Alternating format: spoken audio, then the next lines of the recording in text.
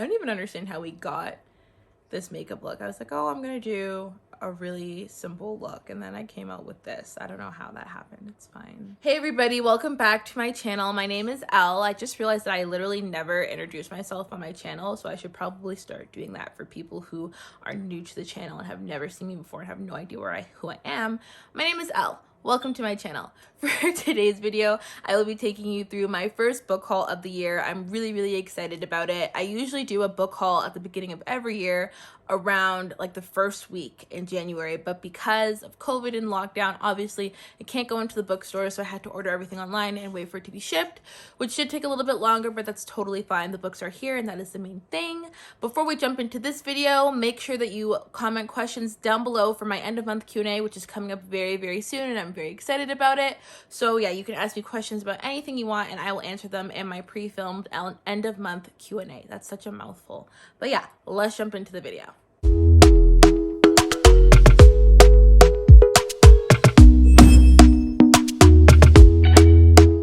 Talk to me nice, talk to me honestly, look in my eyes. I have all the books stacked on the cat tree that's in front of me. Don't ask me where the cat is. I have no idea where she is. She's probably sitting in the rabbit section. I don't know. If you have a cat and rabbits, is it odd that they get along? Like, I thought she was gonna want to eat them at first, but she honestly, like, there's days where she doesn't care about them at all, and there's days where she will literally just sit in their section and chill with them. I don't know what that is. I don't know. My cat's weird. She's weird, but I love her. She's great. So, the book haul. Really excited. There's, I think, like 10 books that I have to haul for you guys today, so that's awesome. So let's jump right into it because there's quite a few. The first book that I have to haul is actually a repeat buy for me, but the cover of this book is so beautiful. I had to get my hands on it, and that is The Picture of Dorian Gray by Oscar Wilde. I haven't read it yet, but the cover of this is gorgeous, and I have a feeling that I'm gonna like it. You ever buy a book or like read the synopsis of a book and you're like, I already know that I'm gonna like this. Like, I'm not even that pressed. Like, you know you're gonna like it.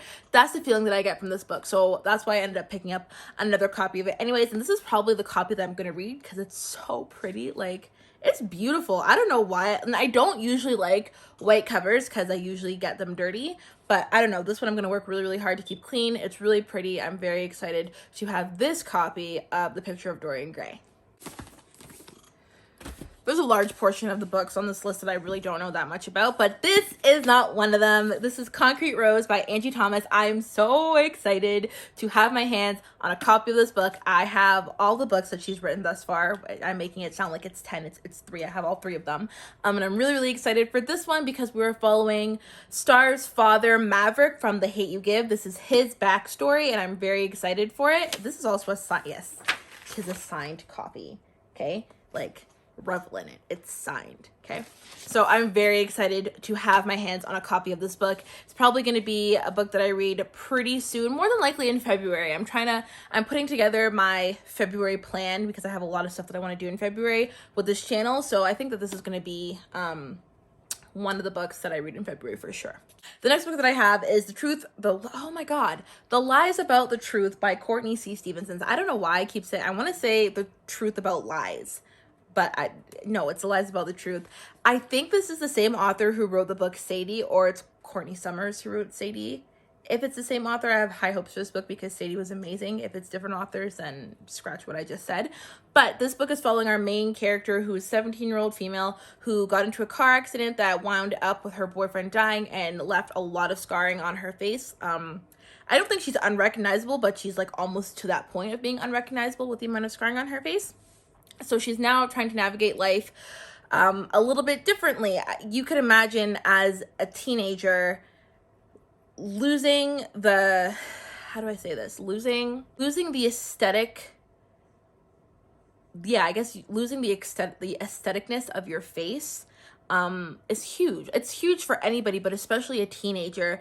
And the scarring that she has on her face is so severe that she, like I said, she's not unrecognizable, but she's borderline. So she's trying to like navigate her life with that. And also she's starting to fall for her deceased boyfriend's brother, but she doesn't really know if she is able to kind of jump into that relationship. And she's kind of look within herself. And it says that there's the scar, like the deepest scars are the ones that you can't see. So I'm assuming there's more turmoil going on within her as well. And then on top of that, you have to add the physical turmoil that she's currently going through. So it just seems like this book has a lot of layers, and I'm very excited for it. I know I couldn't really explain it that well, but it seems like a very, very layered YA contemporary, and I'm really excited for it. That's my favorite type of YA contemporary, so I am very excited for this book. So the next book that I have is Between Before and After by Maureen Dolly McQuarrie. Couldn't get that out either. I'm like struggling to talk in this video. You have no idea. And the light is literally blinding me. It's a trip today. I don't know why.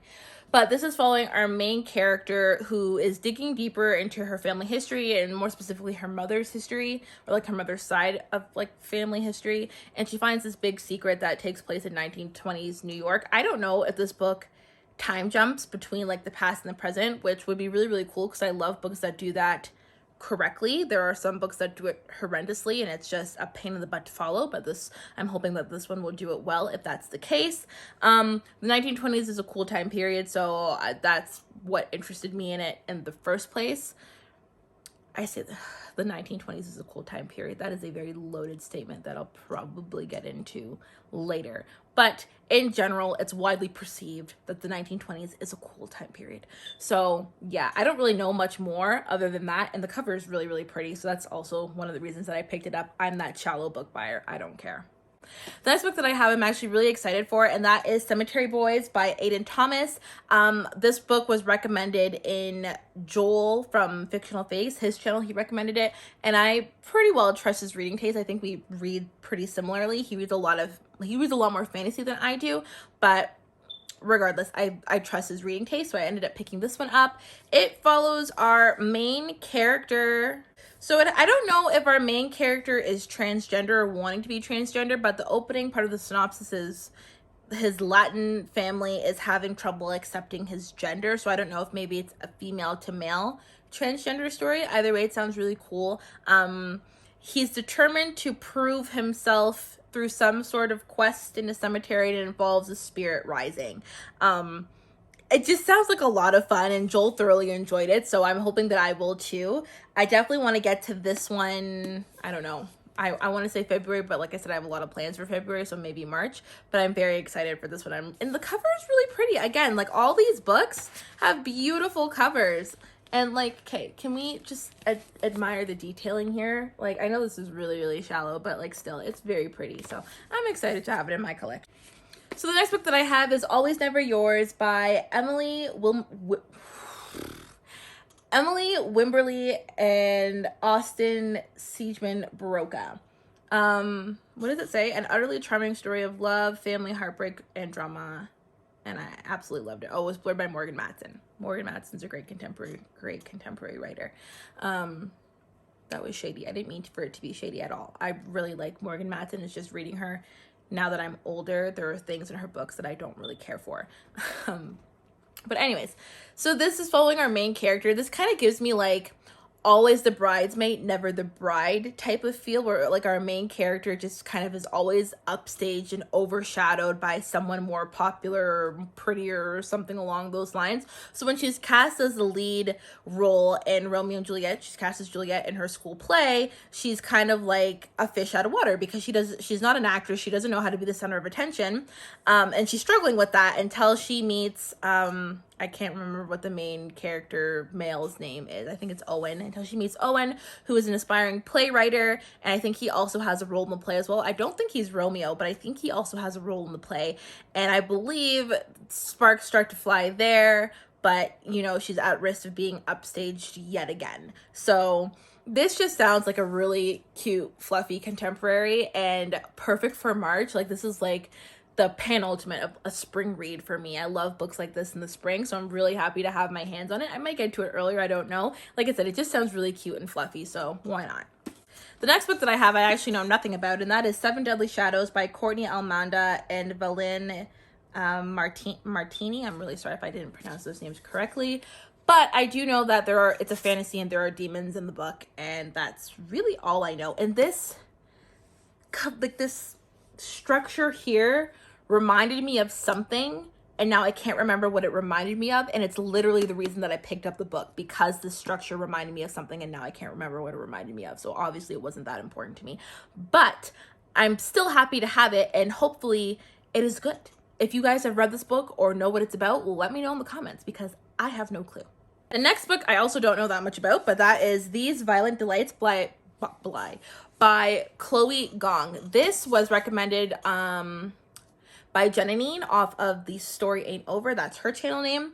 And she really enjoyed this book. Chloe Gong is, I think she's like 22 or 23 and has this book, and it's like a best-selling book. So I have high hopes for it. It takes place in 1920s Shanghai, which is also a setting that I have not read about. So I'm really excited for that. There's just a lot of new things in this book that I'm really excited to see. So yeah, it's a fantasy. She wrote a contemporary. I probably would have jumped into it faster, but it's a fantasy, and we all know that I have a love-hate, mostly hate relationship with fantasy, but we're gonna try it. I might go the audiobook route for it because it is a little on the chunky side. It's about 446 pages. That's chunky for me. I like to stick around the 250, 350 page range, so we're about 150 pages over that. I might hit up the audiobook for this one. If you guys have tried the audiobook for this, let me know. Jenny really liked it, so, and again, similar reading tastes with me as well, so I do have high hopes for it. But yeah, I do want to kind of dive into more fantasy this year. I know I said that last year, and I actually did. I read a lot of fantasy last year, so I'm hoping to kind of keep that going forward this year with more diverse fantasy as well.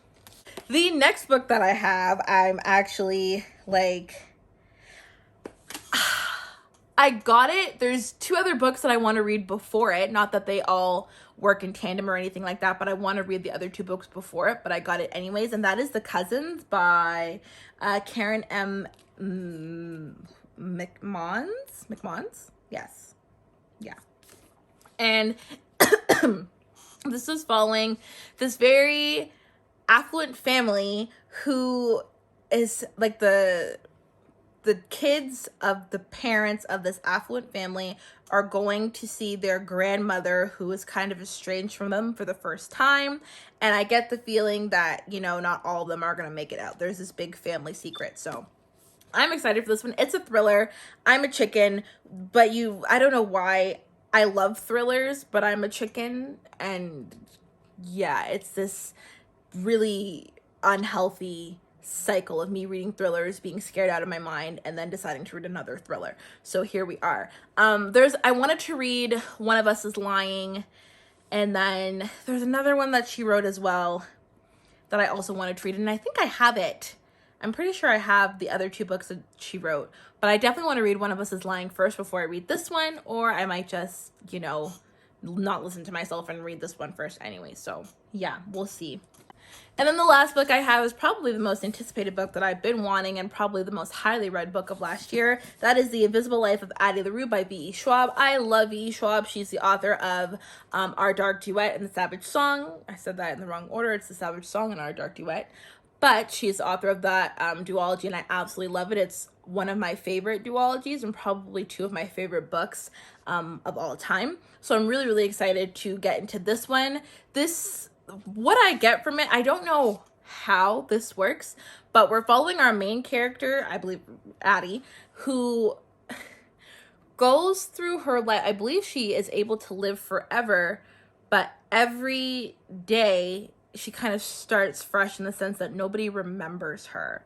So I don't know how you write that. If anybody can do it, it's definitely Victoria Schwab, because she's amazing. But I'm so excited to see how this goes. I listened to the audiobook for Savage Song and Our Dark Duet, and I'm thinking of doing it for this one as well, but I also kind of want to physically read it because I want to just kind of really dive into the writing structure of this book and see how she did it. But regardless, I'm very excited. It's giving me Dorian Gray deal with the devil type of vibes, because I don't know how you get to live forever, but then your caveat is that nobody remembers you. So yeah, I'm excited for this one. This is definitely going to be, when do I want to read this? I want to read it in the winter for sure. It gives me like a wintry vibe. I don't know why, but time travel, not that it's really time travel, but time issues give me a wintry vibe. So I definitely want to read this one sooner rather than later. Alright guys, thank you so much for watching. That's it for this video. I hope that you guys enjoyed it. Let me know if you have any of the books that I hauled today, if you've read any of them, what your thoughts are. We can have a conversation in the comments. And yeah, I will see you in the next one. Thanks for watching. Bye!